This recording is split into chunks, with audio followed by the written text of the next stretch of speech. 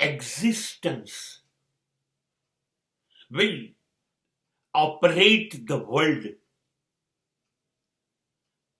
with positive and negative,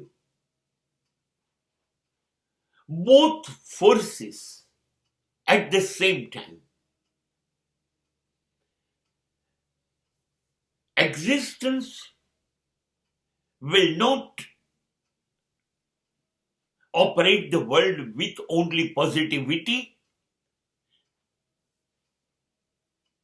but existence will also use negativity also. There will be also two sides of any action, of anything. That will be duality.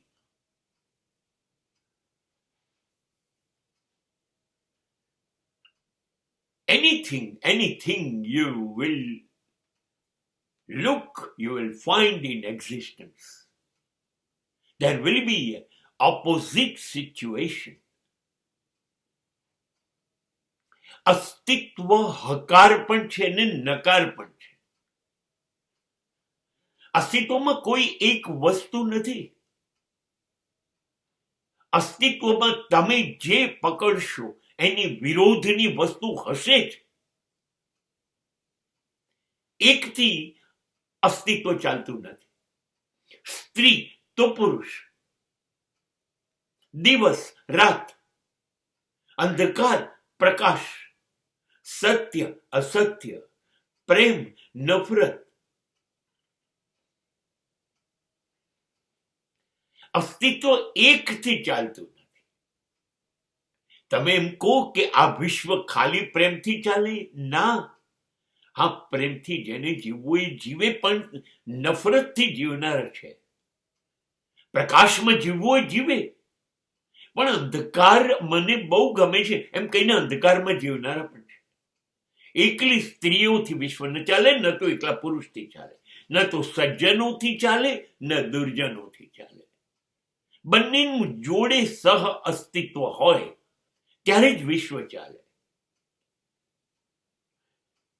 એકલા રામ કે એકલો રાવણ ક્યારેય વિશ્વમાં હોય નહીં. અને આમ જોવા જાઓ તો રાવણ સિવાય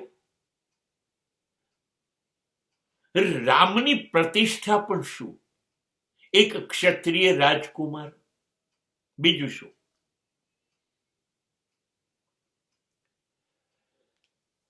પણ એની પત્નીને એ ઉઠાઈ જાય, અત્યંત શક્તિશાળી માણસ જોડે પોતાની પત્ની માટે એક રાજકુમાર લડે અને એનો નાશ કરે. એકલો હિંમત કરીને જાય ને પત્નીને લઈને પરત આવે. આ વિશિષ્ટતા એને રામ બનાવે છે.